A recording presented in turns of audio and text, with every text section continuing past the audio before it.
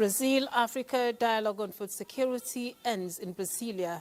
Host commits investing in Nigeria's agricultural sector. Across Africa, food security is no longer treated as a marginal concern. Federal government rolls out CNG program for universities to mitigate transportation challenge.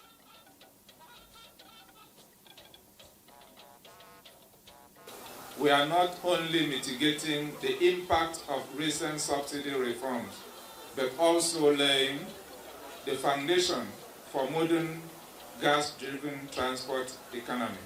We have more than 100 deaths and more than 800 displaced. Houses gone.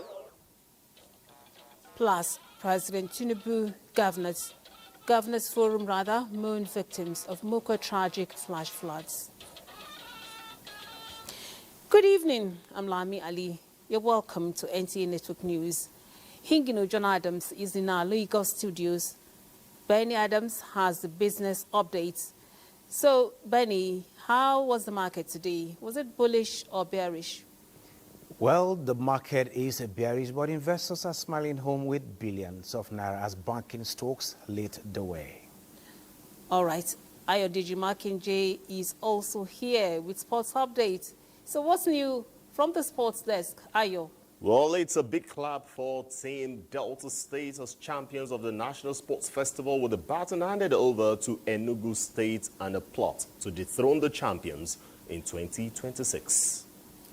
Details later. And as always, you can watch us live on nta.ng/live and on our other social media handles displayed on your screen. Let's get the news to you now. Minister of Foreign Affairs Yusuf Tuga is pushing for the smooth implementation of the ECOWAS protocol on the Abidjan-Lagos corridor to further stimulate economic growth and integration in the sub-region. Yusuf Tuga was speaking during a courtesy visit by the Speaker of the ECOWAS Parliament, Maimunatu Ibrahima, in Abuja. The minister also held talks with UK's Minister for Africa, Lord Collins of Highbury, discussing bilateral and multilateral cooperation. Garbana Ta'ala brings us the details. The Lagos-Abidjan corridor is a 6-lane dual carriageway connecting the capital cities of Côte d'Ivoire, Ghana, Togo, Benin, and Nigeria, meant to enhance intertrade among West African countries. The project aims to transform the transport corridor into one of the biggest economic hubs on the African continent. And it further shows the commitment towards constitutional governance, towards democratic representation in the region, which is very important because it is one of the fastest growing parts of the world in terms of demography. Nous avons sollicité also see how we can enhance and support the projects that are implemented by the ECOWAS, how we can have more capability and enhancement so that we can play some more legislative role in the ECOWAS community. In a separate engagement, the Minister of Foreign Affairs, Yusuf Tuga, also had in audience with UK's Minister for Africa to further discuss on strengthening UK-Nigeria relations, collaboration on initiatives to boost Nigeria's economy and promote sustainable development. In Abuja, Garib Muhammad Atala, NTA News. The Ministers of Agriculture and that of Livestock Development represented Nigeria as the recently conducted Brazil-Africa dialogue on food security in Brasilia. During the summit, Brazilian President Lula da Silva announced a strategic commitment to invest in Nigeria's crop production and livestock developments. Musa Baba Aliu brings us the details. This marks the second occasion on which the Brazilian government has hosted African leaders as part of its strategy to strengthen bilateral relationships with the continent. This year's dialogue centered on food security, hunger eradication, and rural development. Over 40 delegations participated in the dialogue, with Senator Abubakar Kyari, the Minister of Agriculture and Food Security, and Idi Mukhtar Meha, the Minister of Livestock Development, representing Nigeria. President Lula da Silva of Brazil emphasized the significance of the partnership between Brazil and Africa, particularly in the realms of food production and poverty eradication. Across Africa, food security is no longer treated as a marginal concern. It is now a presidential level agenda backed by a strong political will to reform, invest, and above all, act. Kyari also addressed the Nigerian-Brazil partnership and its impact on crop, fisheries, and livestock development. To this end, the Brazilian Ministry of Agriculture and Livestock opened 9 new markets across Africa. Consequently, Brazil signed a Memorandum of Understanding MOU with Nigeria, Kenya, and Cote d'Ivoire to enhance technical cooperation and improve agricultural and livestock system. Musa Baba Aliyu, NTA News. The Minister of Women Affairs, Iman Suleiman Ibrahim, has held discussions with various women groups on issues related to the inclusion of women in governance and other matters.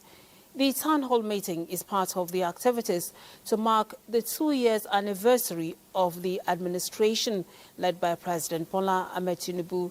Ngozi Technical reports. To ensure that the views of women are considered in governance, the Minister of Women Affairs reviewed the progress made under the Renewed Hope agenda.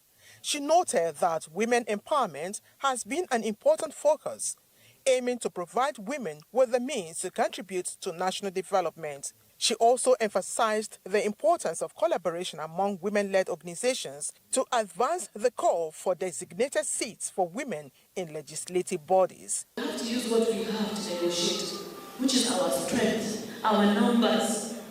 We're able to, champion our cause for inclusion, financially, politically, and socially. We're able to empower 2,000 women on skills acquisition. As Nigerian women, we are at a milestone where we can begin to push for the things that we really deserve. Every number-based organization is a critical mass for this project. The participants suggested that the town hall meeting should be held more frequently. They agreed to share the outcomes of the meeting with the members at the community level. Ngozi Technical, NTA News. The Coordinating Minister of Health and Social Welfare, Professor Muhammad Ali Pate, says the federal government is committed to strengthening Nigeria's health system by advancing the fight against fake drugs through deeper interagency collaboration with relevant institutions, such as the National Drug Law Enforcement Agency, NDLEA. This was while receiving the NDLEA Chairman, Brigadier General Mohammed Buba Marwa in Abuja. Professor Pate emphasized the need for a whole-of-government and society approach in tackling the complex challenge of illicit drug use, which he described as a major contributor to mental health issues and social dysfunction. He noted that the Federal Ministry of Health and Social Welfare is already revitalizing thousands of primary health care centers nationwide and is ready to strategically embed counseling services within these facilities to provide early intervention at the community level. The minister also showed the NDLEA of support in areas such as training, medical staffing and data collection for improved drug use monitoring, while highlighting plans to engage with multilateral and bilateral partners to mobilize resources for alternate development projects in affected communities, in line with the Tinubu administration's broader health agenda to deliver accessible, data-driven and community-centered healthcare services. Use to seek further areas of collaboration between us two. Our mandate, as you know very well, is the control of illicit drug use, cultivation, production, sale, and trafficking.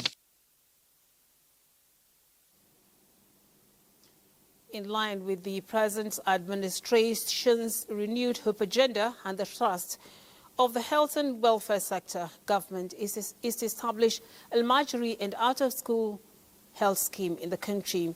The Coordinating Minister of Health and Social Welfare, Professor Mohammed Al-Pate, gave the hint while hosting the Executive Secretary, National Commission for Almajiri and Out-of-School Children Education, who came calling for partnership with the Ministry on the well-being and health care of vulnerable children and the efforts to educate them.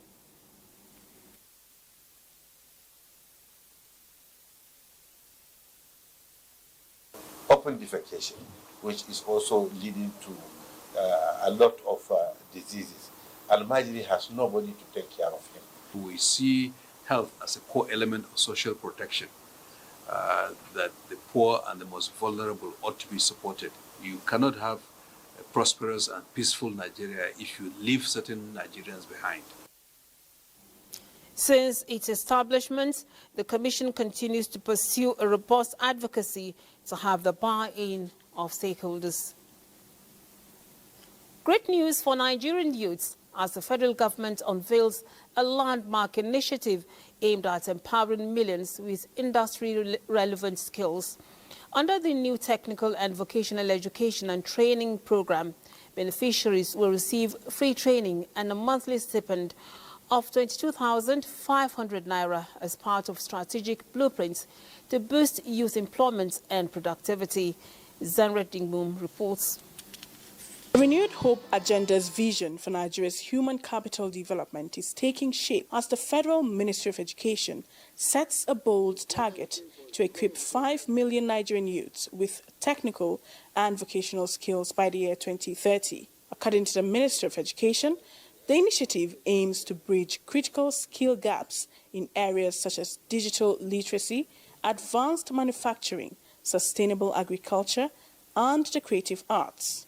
We're unleashing a lot of these resources into the private sector. That's why all the skilled training centers are privately owned. All the vocational enterprise institutions are privately owned. So billions of government money will go into the private sector. We want to build a new ecosystem of technical and vocational education in the private sector. Arrangement has been made to ensure that they are able to get a single-digit loan so that they can not only be employed, but they are themselves employer of labor. The potential of Nigerian youth, one of it is the greatest asset that we have in this country. So that we give young people the opportunity to practice and to get the skills, knowledge they need to succeed in the 21st century. Stakeholders unanimously agreed it is a strategic investment in Nigeria's most valuable resource. In Abuja, Zenred Dingmoon, NTA News.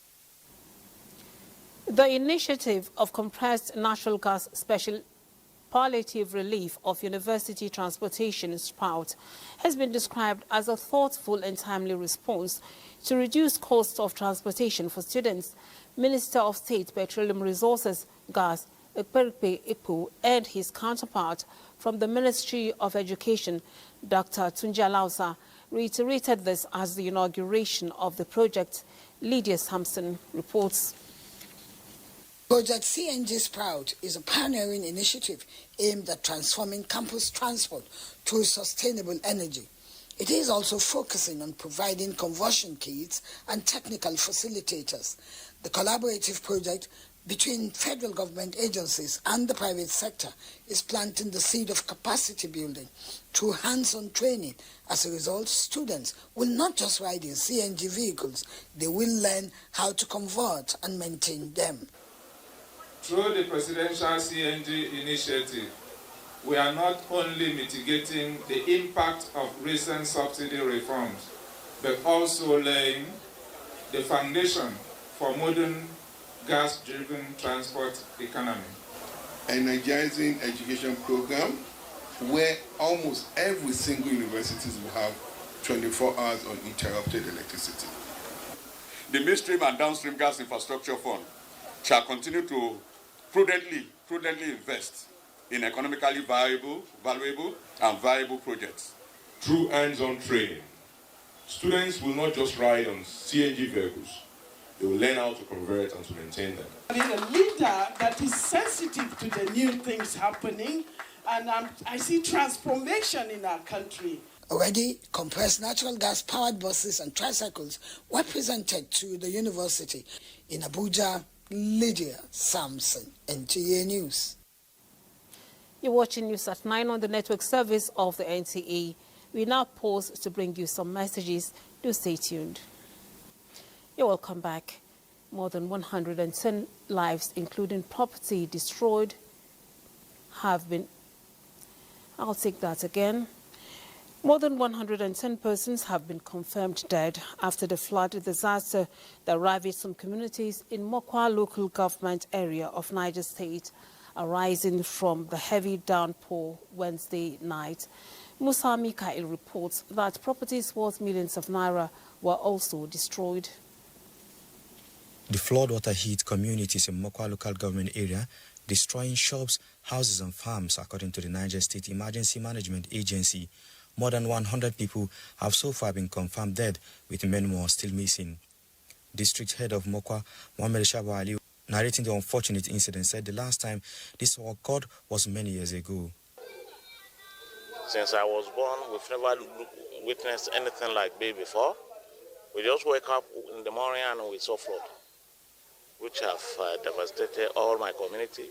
We have more than 100 deaths and more than 800 displaced. Houses gone. We are calling government for intervention because our people are suffering. We need immediate intervention. As at the time of filing this report, hundreds of residents are still yet to be accounted for, even as government agencies are helping the search and rescue operation. Musa Mikael, NTA News.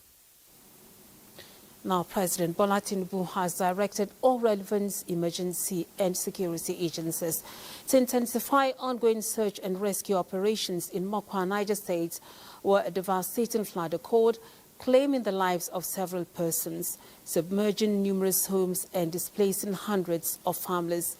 A statement by the Minister of Information and National Orientation, Mohammed Idris, says the immediate priority of the federal government is to save lives and provide urgent relief to survivors. The federal government commends the courage and dedication of first responders and volunteers who are risking their lives in the ongoing rescue efforts, while extending heartfelt condolences to the families of the victims. Similarly, the Nigeria Governors Forum stands in solidarity with the government and people of Niger State on the devastating flood that wreaked havoc in Mokwa town.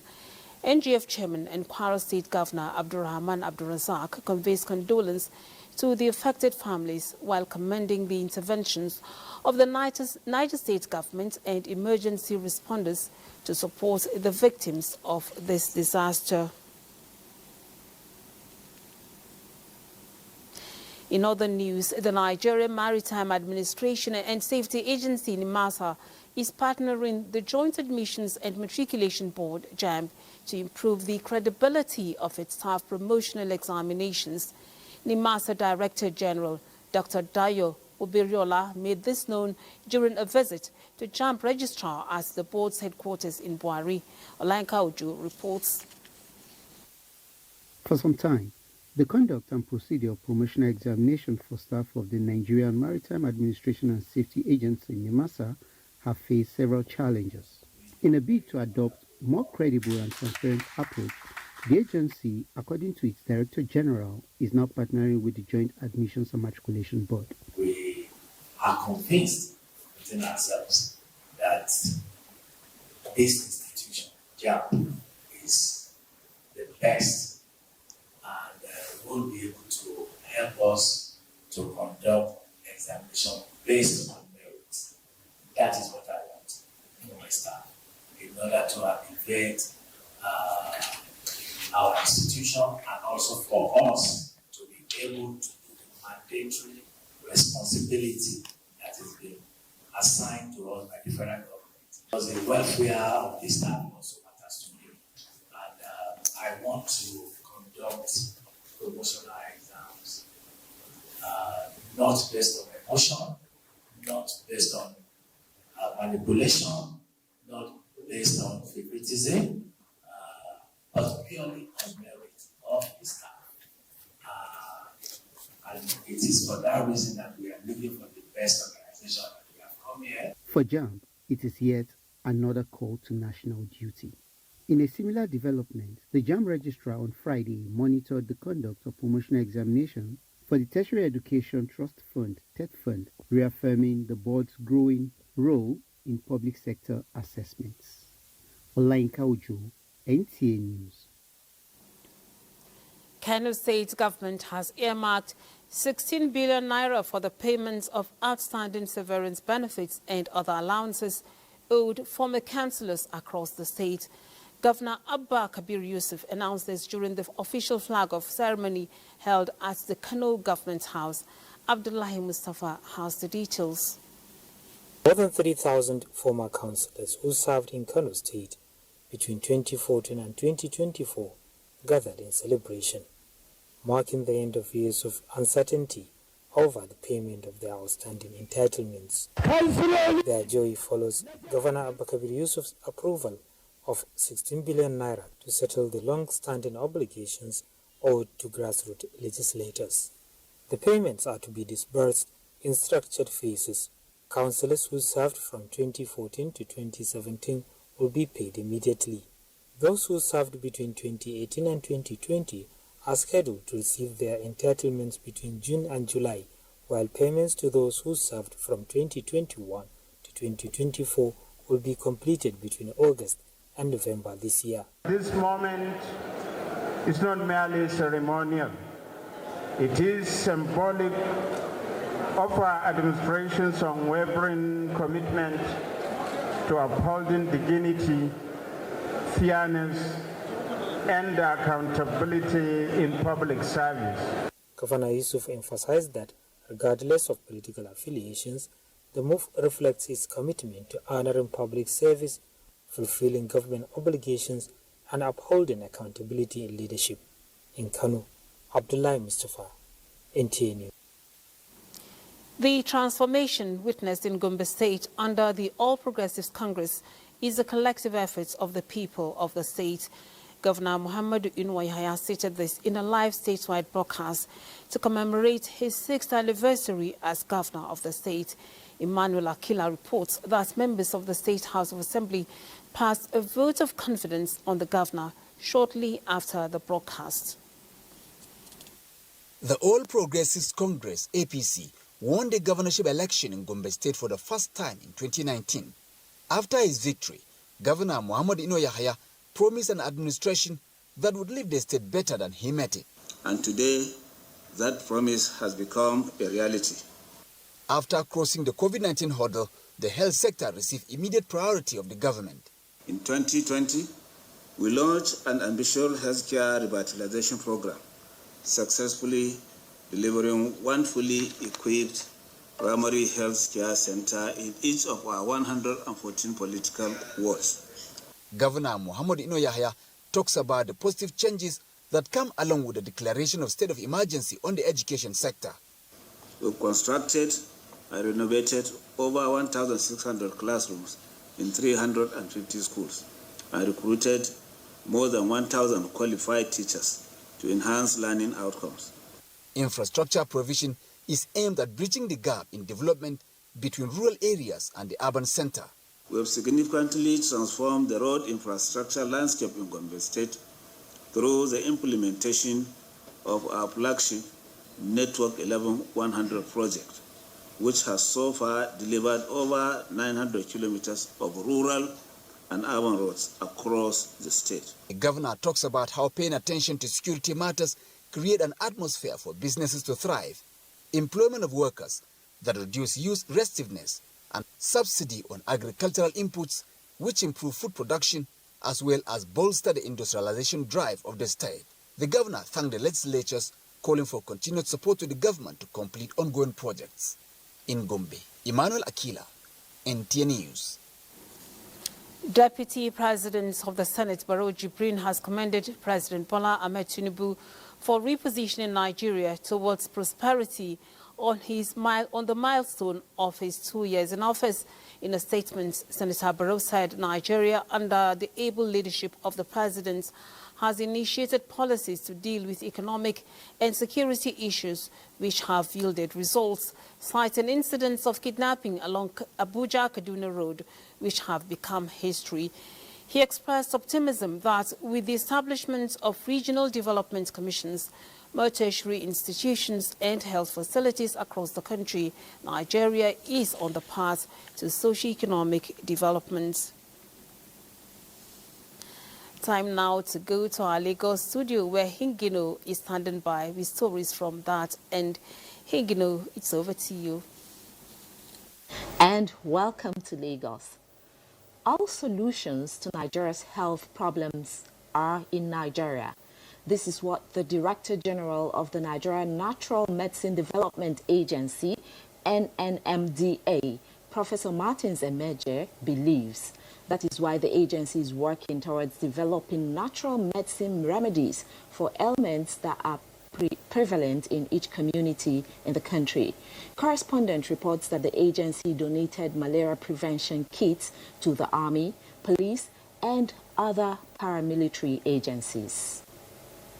Nigeria's huge biodiversity supports traditional medicine practices, which is where the Nigeria Natural Medicine Development Agency draws its strength from.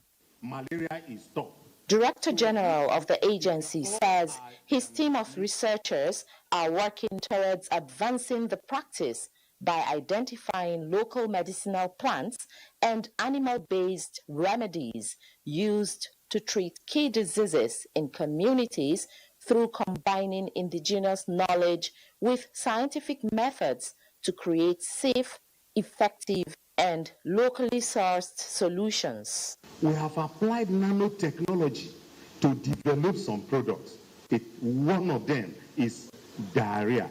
Diarrhea is a killer, is a child killer disease. Peptic ulcer is one of the biggest problems we have in our environment. We have a natural product for ulcer now. We have a product ready in our lab for hepatitis B. Already, the effort of the agency has drawn the attention of the Army, police, and other paramilitary bodies, which applauded it for producing many traditional medicines and donating malaria prevention kits to them.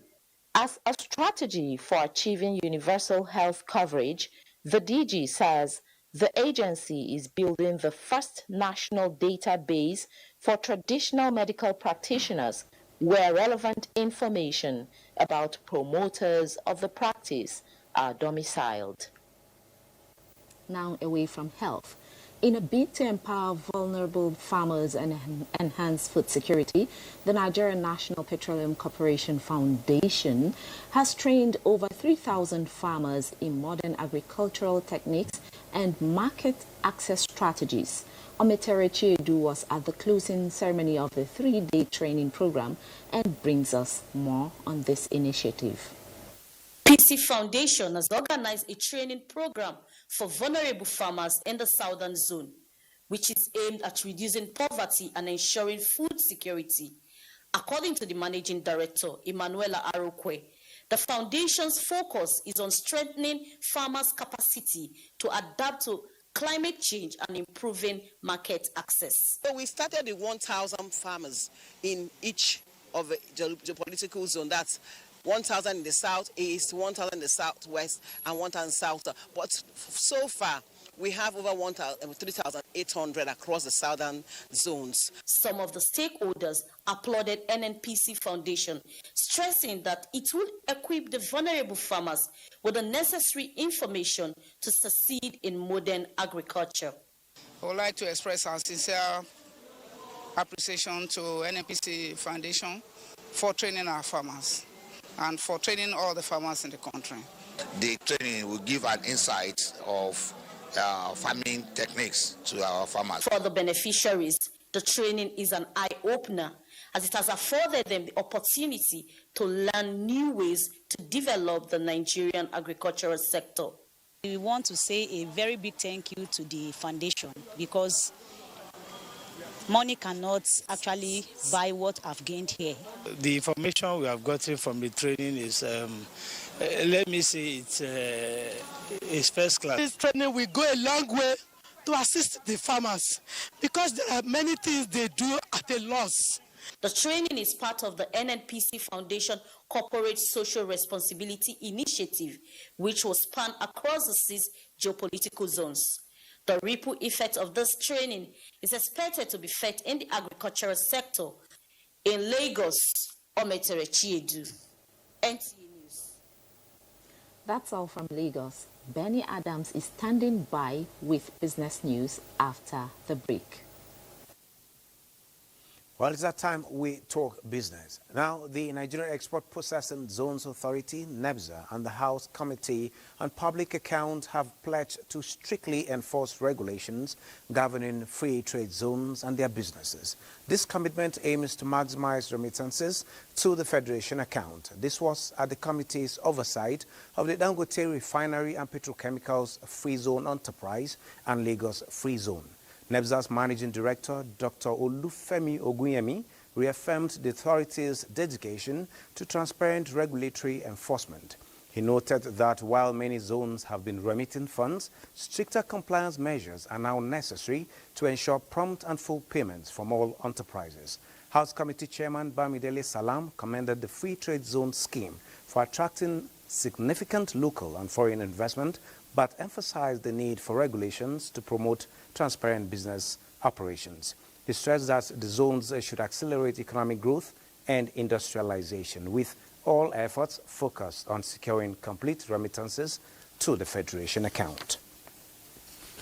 And I look at the markets. At the end of the last weekday of trading on the Nigerian Stock Exchange, a total of 1.900.9 billion shares in 18,653 deals, corresponding to a market value of 64.145 billion naira were traded. Compared with the previous trading day, current data shows 242% improvement in volume and 244% improvement in turnover. The current market capitalization is 70.605%, while market capitalization, or like say on the aggregate, now 128 listed equities participated in the trading, ending with 27 gainers and 37 losers. And looking at the top losers, Better Glass went down by 10% to sell at 232 naira 65 kobo per share. And looking at top trades, UBA is top with 1.41 billion shares traded today. United Capital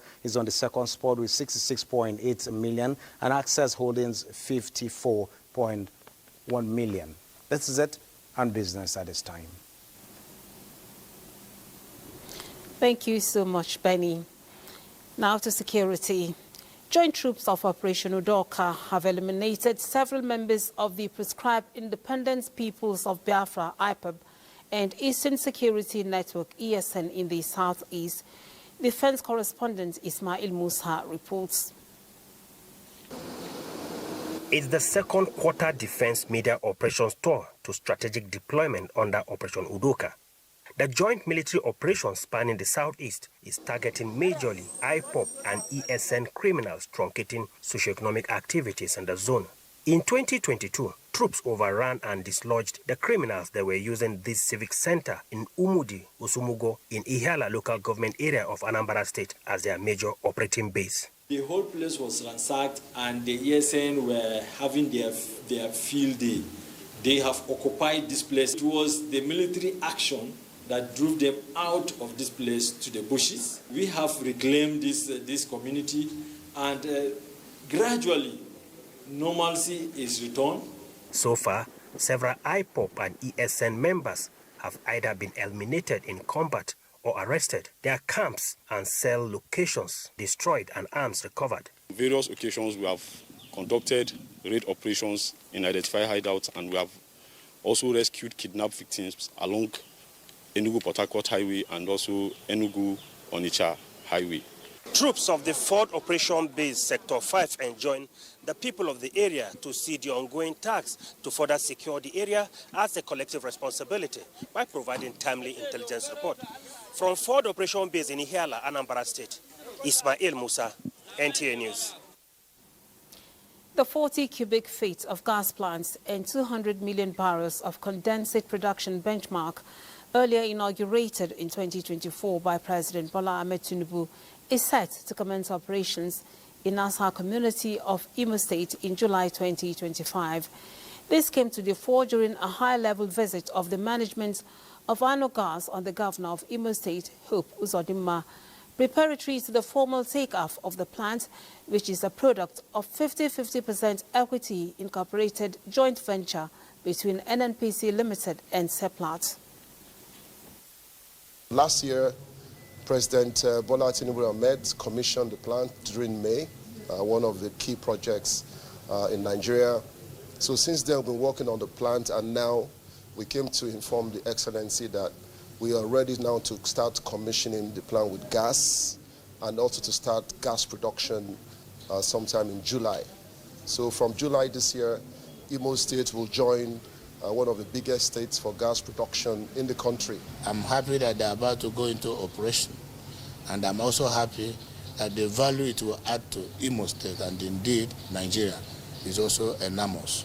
So on that note, we have discussed and have pledged to cooperate with them, to give them all the necessary support, and also requested that they should also cooperate with us in our developmental strides in Imo State. The plant is designed to process 3 million standard cubic feet of gas to the energy market and liquefied petroleum gas to the domestic market in Imo, along with the corporate social responsibilities in the history of the community and beyond. INEC has announced dates for the conduct of Ekiti and Osun State governorship elections next year. INEC Chairman Professor Mahmoud Yakubu made the announcement while swearing in 6 resident electoral commissioners at the INEC headquarters, Abuja. Mie Ogidi reports. 1 woman, 5 men made the INEC resident electoral commissioners list. And for the commission's secretary, Mrs. Rose Orarin Anthony, a big win for women. Obviously not jealous, men also identifying with their 5 male resident electoral commissioners. Pleasantries over, oath taken, documents sealed, time for charge. You must always act in good conscience. Do not betray your oath of office. And you must never, ever be impervious to genuine criticisms. We are committed to upholding the Constitution of the Federal Republic of Nigeria and the Electoral Act under all circumstances. On deployment, Dr. Saad Idris, Gombe State, Dr. Johnson Alalibo Sinikem, Cross River State, Fiyejimi Ebiemi, Ogun State, Mukhtar Umar, Taraba State, Chukwuemeka Ebeziako, Abia, and Umar Garba, Sokoto State. Swearing in concluded. Schedule of governorship elections in Ekiti and Osun States next. For Ekiti State, the election will be held on Saturday, 20th July 2026. In the case of Osun State, the election will be held on Saturday, 8th August 2026. Preparations for 17 by-elections and continuous voter registration exercise are on, and dates will soon be announced, Professor Mahmoud Yakubu assures. Mie Ogede, NTA News. Brighter days are ahead for federal civil servants as the Tinubu administration perfects far-reaching reforms to reposition the federal workforce. Head of the Civil Service of the Federation, Mrs. Didi Esther Wilson-Jack, has been speaking on this and other issues.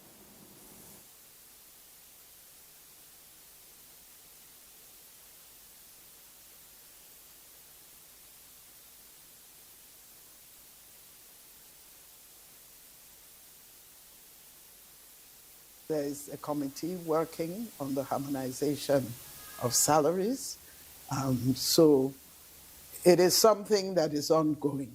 At every point, government cares to know what is the take-home of the civil servant. And, you know, like I say, money is not everything. So we're also looking, like I mentioned earlier, on the transportation. We're also looking at the housing. We have another flagship program here in the Office of the Head of Civil Service of the Federation, which is a federal integrated staff housing program, popularly known as FISH. And I'd like to let you know that over the years, civil servants have been allocated houses under this program. For the complete package, tune in to 1 tomorrow, Friday. Today, Friday at 10:30 p.m. on the network service of the NTA. Sports news and more after the break. Do stay tuned. Ayodeji Makinde will bring us sports updates.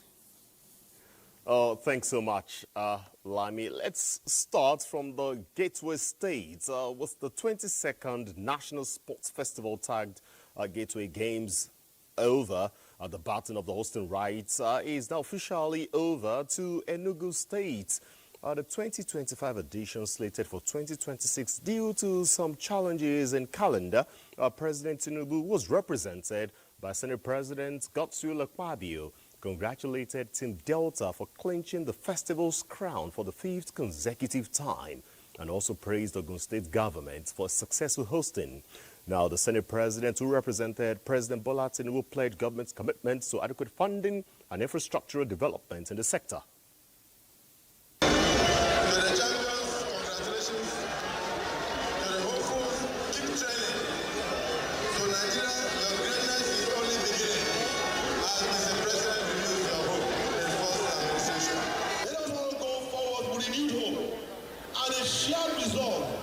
To build a Nigeria where every talent is nurtured, every dream is valued, and every citizen is empowered to contribute to a bright.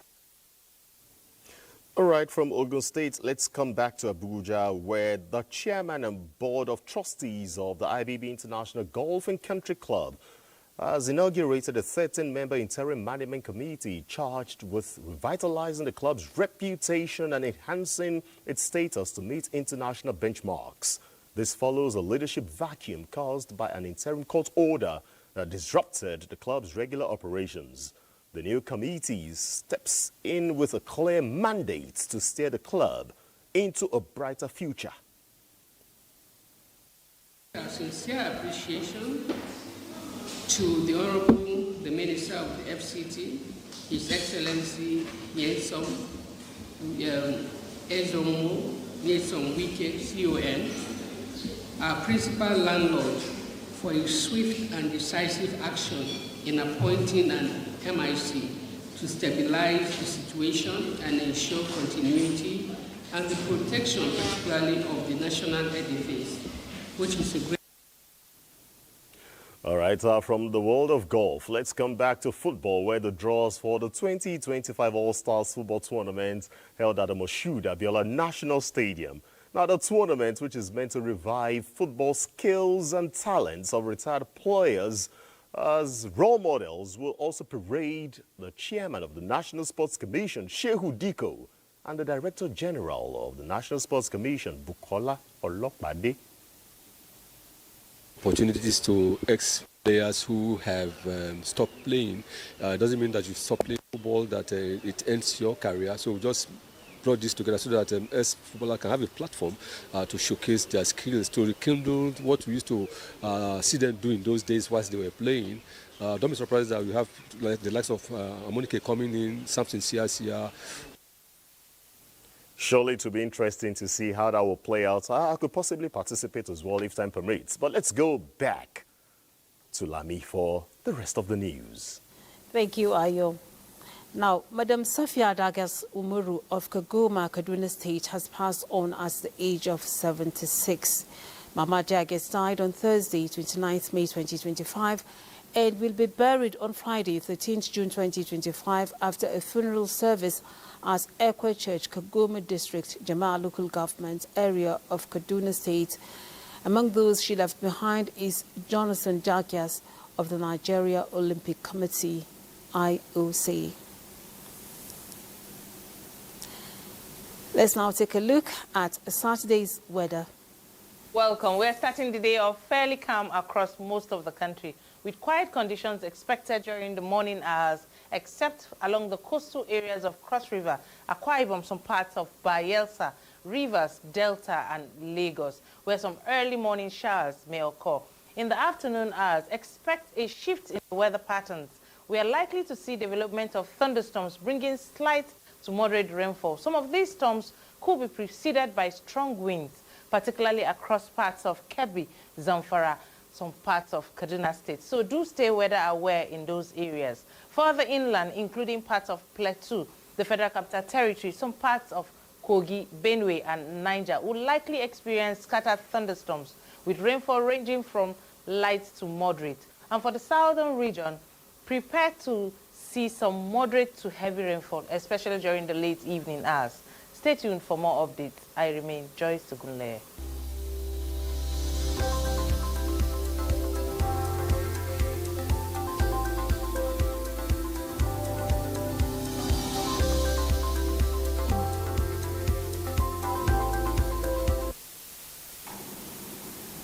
And that does it on Network News this Friday. We thank you for being a part of it. Do have a good weekend. I'm Lami Ali.